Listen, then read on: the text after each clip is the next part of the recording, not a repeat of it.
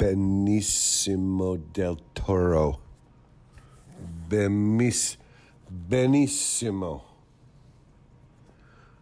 Benicio del Toro is Johnny Depp is becoming Dr. Gonzo from the movie they made together, Fear and Loathing, Johnny Depp and Benicio del Toro as I forget what the one guy's name was, based on Hunter Thompson and Hunter Thompson's crazy friend Dr. Gonzo. And it was a real Dr. Gonzo lawyer, man. But whatever. I have that in my dog remembrance from the time. It's foggy because it was before I was born, but in my dog remembrance, backwards, I could remember Dr. Gonzo in real life, and then I remember the movie, and then now I watched the trial, and it seems as if Johnny Depp and Dr. Gonzo have melded into the same thing. And Johnny's got scarves. He wears scarves around his neck so it hides his grotesque neck. That's okay. He's 58. He's got stringy, washed out, druggy hair and druggy. He's looks a little mummified, but that's okay, because this is not about trying to run down Johnny Depp. This is about just listening to the man talking just pure, straight up nonsense and incoherent bullshit. And I said to the man, this is retarded. He said, I have a theory, and he said, I believe that in this divorce between Johnny Depp and Ellen Heard, that Johnny is Potiphar, Pharaoh's wife, and the girl, the Heard girl, is Joseph. And I say, you're an idiot. And I always knew it, and it's just I have less respect for you. I caught myself because my inner voice was saying you shouldn't really denigrate the man just because he's not that intelligent. But the man said, no.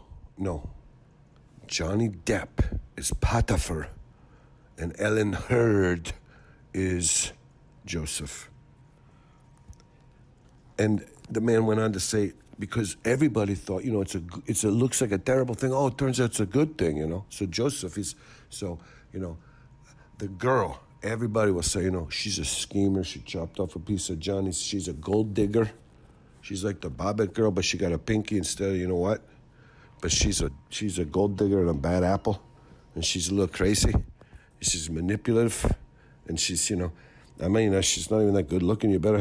She must know some artistic things to do, because I'm telling you what, she's a pretty girl, but she's not if she's that batshit. But then you're gonna find out, no. All those years later, it might take 10, 12 years, whatever. Just like Joseph. Joseph was thrown into a pit by his own brothers and sold into slavery. He became a big shot. He worked his way from that point, a slave, up to high in the corporate hierarchy. He was a big-time corporate man making ginormous amounts of money.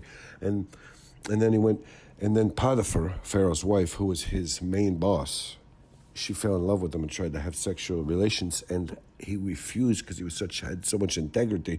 And she even, at one point, jumps on him, starts tearing his clothes off. She rips off a piece of his sleeve, and he runs away, and she hollers rape and accuses him of rape, and he goes to jail for 12 years. And in the jail, he works his way from the bottom, right from the bottom of the jail, from a rapist to Pharaoh's wife. How they didn't kill him, who knows? Jehovah was stepping in on that one. They're like, give some leniency to the rapist. He was in jail for 12 years, serving a life sentence, but for raping, a false accusation from Potiphar. But Joseph, he worked his way up to be the top trustee, and he had the keys, and he was the big guy. And then, of course, he starts interpreting dreams. He interprets a dream for the jailer. The jailer tells Pharaoh. Pharaoh brings him back up. He says, hey, well, I remember the old dealings we used to have when you raped my wife, but can you interpret my dream?